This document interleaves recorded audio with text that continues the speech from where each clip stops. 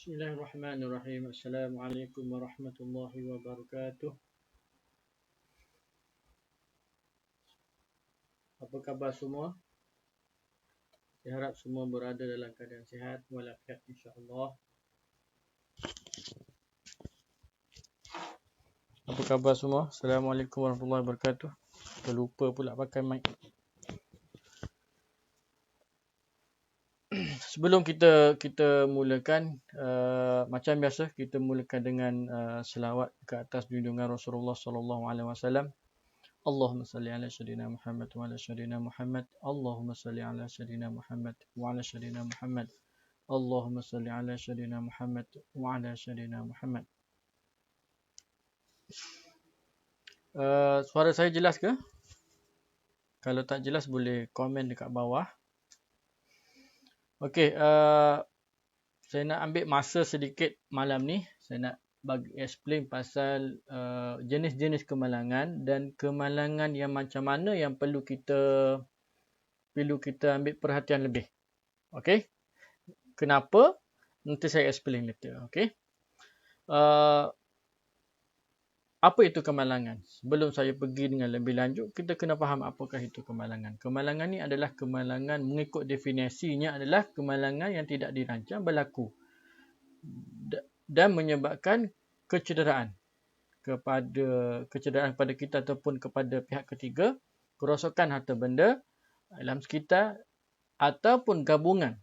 Ada setengah-setengah kemalangan ni dia melibatkan, dia impact dia tu kepada diri, kepada harta benda dan mungkin kepada alam sekitar sekali. So itu adalah definisi kemalangan. So saya nak bawa ini adalah jenis kemalangan yang simple. Ada 5 jenis kemalangan menggunakan segitiga type person. Okey.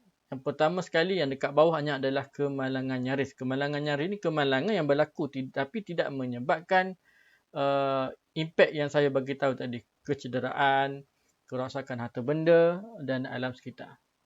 Aksiden ni berlaku tapi tak ada impact kepada tu. So kemalangan ni CP lah, kemalangan CP.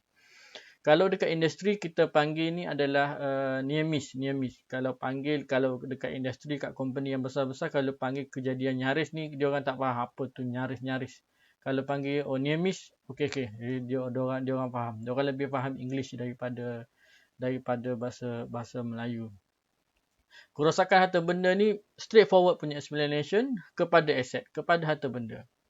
Pertolongan kecemasan, yang ni adalah kemalangan yang berlaku tapi kita hanya rawat dia mungkin dekat rumah je.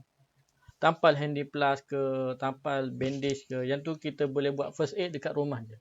Kecederaan ringan kita dah kena refer kepada mungkin klinik, mungkin hospital yang outpatient punya kecederaan ringan.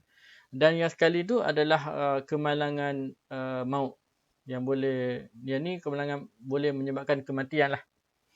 Memang kemalangan yang ada kematian lah. Okey. So segitiga type person ni adalah kita gunakan, ni adalah kajian daripada British Safety Council pada tahun tak silap saya 1974. Lama dah, diorang dah sudah praktis safety lama dah. Kalau dekat Malaysia kita start praktis pada 1994. Terbentuknya satu akta, itu OSHA, Occupational Safety and Health 1994. Bermula daripada satu kemalangan besar. Kalau ingat tahun 1994 tu ada kemalangan, ada kilang mercun dekat Sungai Buloh meletup. Daripada situ tengok kita kena ada akta. Kita kena ada safety punya, occupational safety and health punya akta. Okey, balik kepada segitiga type person. Segitiga person ini adalah kajian daripada, sebagai tahu, British Safety Council yang menunjukkan kemalangan besar, iaitu contohnya kemalangan maut. Ini adalah berlaku berkait dengan kemalangan-kemalangan yang di bawahnya. Seperti kecederaan ringan, pertolongan cemas, yang mana yang punca ataupun lokasinya adalah sama. Saya bagi contoh. Contohnya elektrika. Terlalu banyak contohnya kes yang kemudian nyaris ni, contohnya hampir-hampir kena kejutan. Kita terjumpa wire yang pecah ke, hampir-hampir kena. Dan dia orang tak ambil sesuatu. 10 kali, 30 kali dia tak ambil sesuatu. Dan kemungkinan yang mungkin berlaku dah 100 kali, mungkin yang 100 kali tu sudah menyebabkan kemalangan yang lebih besar. Okey. So dekat sini dia sudah bagi ratio. Setiap ni adalah dia punya kajian lah. Kemalangan nyaris, kalau setiap 400 kemalangan nyaris akan ada 80 kemalangan kerosakan harta benda dan ada 50 pertolongan cemas, kecederaan ringan dan seterusnya. So daripada 400, rasionya daripada 400 kemalangan nyaris akan ada 1 kemalangan mat. Okey, itu adalah dia punya ratio lah. Kalau kita pergi mana-mana company ataupun company kita sendiri, kita boleh tengok macam mana dia punya incident record. You boleh try tengok. Adakah dia menjadi triangle ataupun tak jadi triangle. Kemalangan yang lebih, contohnya kemalangan maut tu lebih daripada kecederaan yang ringan yang ke bawah ni, dia akan jadi terbalik macam ni. So, kalau itu boleh menunjukkan yang company tu ada problem. Ada dari segi, mungkin dari segi incident reporting, mungkin dari segi safety management dia ada problem. So, dekat sini, yang paling pentingnya sekalinya adalah, yang trigger pointnya adalah kemalangan nyaris, near miss. Kalau dekat rumah, kita under kita punya kontrol, kalau ada near miss, sebagai contoh, kita terbau gas dekat dapur masak, terbau gas. Itu itu adalah kemalangan nyaris. 1 kali bau, 2 kali bau, masuk hari ketiga, keempat, kita setir bau, akan ada pada satu masa, kalau mengikut kajian ni, akan ada kemalangan lebih besar akan berlaku. Contoh lagi, tergelincir dalam bilik air, hampir tergelincir dalam bilik air. Anak kecil hampir pegang ceret elektrik. Anak bermain dengan benda tajam. Contoh lagi, kita guna tangga. Biasakan sekarang ni lockdown, buat banyak benda DIY. So kita guna tangga. Tangga tu mungkin ada problem. Kita hampir tergelincir ataupun lost balance macam tu. Kadang-kadang kita cuai, tertinggal masakan. Masak, lupa. Hangus, keluar asap. Itu adalah kemalangan nyaris. Mungkin kapet rumah pelipat. So ada ahli keluarga kita tersepat. Nasib baik tak jatuh.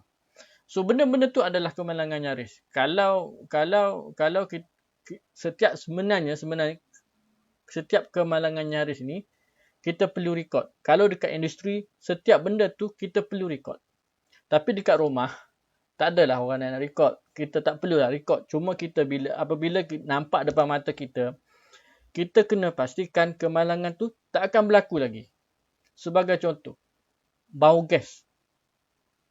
Dan kita kena tengok dah, apakah punca bau gas tu. Kita kena tengok dah, kita kena letak sabun dekat hose tu, ada bocor ke tak bocor. Kalau kita biarkan, saya tak nak sebut lah. Contoh tergelincir dalam bilik air. Sekali tergelincir, air kedua tergelincir lagi. Dan jangan sampai kepada kali yang kedua. Tu adalah paling excellent sekali you punya control measure. Sekali terjadi, dah kena ambil action dah. Sebagai contoh, letak anti-slip mat ke, paling mudah bagi selipar. Pakai selipar dalam bilik air. InsyaAllah kita terselamat lah. Okey, saya harap boleh faham. Saya harap semua boleh faham. InsyaAllah. Itu sahaja daripada saya. Saya harap semua boleh faham. Kalau tak faham, boleh tanya di ruang komen. Dan apa-apa lagi yang saya boleh cover seterusnya. So sekarang ni kita masih lagi dalam stage pengenalan kepada safety.